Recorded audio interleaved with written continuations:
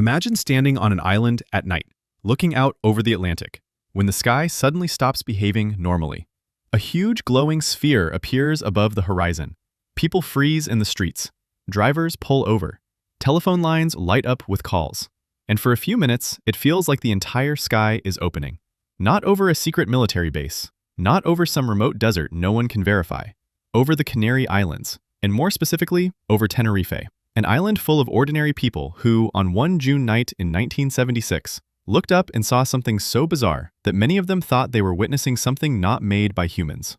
The strangest part? The event was real. The object was real. And the explanation is almost as unsettling as the sighting itself. Tonight, this is the story of the strange object that appeared over Tenerife. The Canary Islands sit off the northwest coast of Africa, Spanish territory in the Atlantic, volcanic, dramatic, and already surreal enough in daylight. But on the night of June 22, 1976, something appeared over the islands that pushed the whole region into a state of collective disbelief. Witnesses across the archipelago described a bright phenomenon in the sky. Over Tenerife, people reported seeing a massive luminous form, something like a glowing sphere or dome, hanging in the darkness with a strange, almost staged appearance.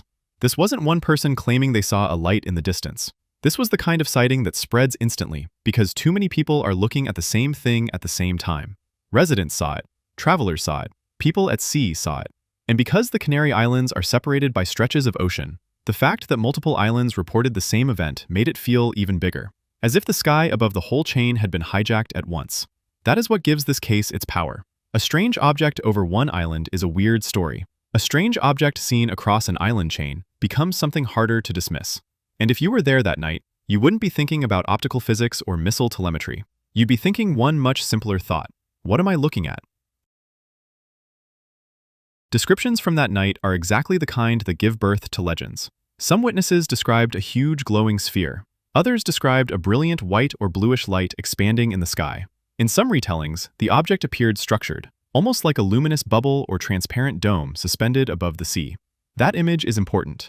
Not a streak, not a flash, not something zipped by too fast to identify. A shape, something that looked stable enough, large enough, and strange enough that people could actually describe it as an object rather than just a light. And that is where the human brain starts doing what it always does when confronted with a pattern it cannot quickly categorize. It reaches for the biggest explanation available. Aircraft? Too strange. Meteor? Too slow. Too structured. Weather balloon? Not like that. Then what's left? For many people, there was only one answer they felt matched the emotional scale of what they were seeing: a UFO. And to be fair, on the level of plain language, that part was true. It was an unidentified flying object in the moment, because nobody on the island looking up had the information needed to identify it. That's what makes cases like this so compelling. People hear UFO and imagine fantasy, but UFO at its core just means this: something real was in the sky, and the people seeing it did not know what it was. Tenerife had one of those moments. But here's where the story gets even better. Because unlike many famous sightings that dissolve into rumor and bad footage, this one eventually pointed toward a real-world explanation that fits the scale of the spectacle. The kind of explanation that reminds you how advanced military technology can look supernatural when seen from the wrong place at the wrong time. To understand why the Tenerife event shocked people so deeply, you have to picture the environment. This wasn't Times Square. This wasn't a city drowning in light pollution and digital billboards. This was an Atlantic island sky, dark enough, clean enough, and open enough for a truly unusual aerial event to dominate everything. Then add the ocean. Over water, distances become deceptive. Scale becomes slippery. A phenomenon high in the atmosphere can look like it's hovering just beyond the horizon, enormous and deliberate, especially when light diffuses in unusual ways. And then there's the island psychology of it all. On an island, the horizon matters. The sky matters. People notice changes faster because the environment is naturally bounded. When something enormous appears over the sea, it doesn't feel like background noise. It feels personal, almost invasive. That's why the Tenerife case burned itself into memory. It wasn't just a strange light. It was a moment when the usual contract between land, sea, and sky seemed to break. For a few minutes, the island no longer felt like a safe, understandable place. It felt watched, interrupted, chosen. And that emotional experience matters because it explains why sightings like this survive for decades even after a likely explanation emerges. People don't remember only the object. They remember the feeling that reality momentarily stopped making sense. Years later, researchers and investigators pointed toward a much more grounded answer. According to later analysis referenced in discussions of the case, the 1976 Canary Islands sighting was likely caused by Poseidon C3 missiles launched from the USS Von Steuben, a U.S. Navy submarine, on June 22, 1976. That explanation sounds almost too ordinary until you think about what it means visually. A missile launch viewed at great distance, especially under unusual lighting conditions, especially over the ocean, especially at high altitude, does not necessarily look like a rocket to people on the ground.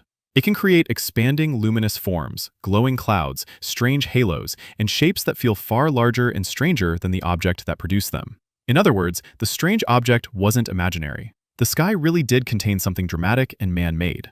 And from Tenerife, that military event appears to have looked like a massive, glowing aerial anomaly suspended over the islands. That grounded answer actually makes the story more interesting, not less, because it means ordinary civilians on an island witnessed the visual side effect of Cold War-era military technology without having the context to understand it in real time. For them, it looked like the impossible. For the people who launched it, it was procedure. And that gap between experience and explanation is where so many unexplained events are born. Here's what I love about the Tenerife case. The explanation doesn't reduce the event into something boring. It sharpens it. Because the real lesson isn't people were foolish. The real lesson is that the modern world is capable of producing sights so strange that, under the wrong viewing conditions, they naturally generate mythology. A missile launch over the ocean becomes a glowing sphere over an island. A classified test becomes a mass sighting. A military object becomes a story people retell for decades. And that should make all of us a little more humble. Because the people in Tenerife were reacting honestly to something they really saw. They weren't inventing it. They were trying to interpret a visual event that arrived without context. That is the core of so many famous mysteries. Not fake events, real events with missing information.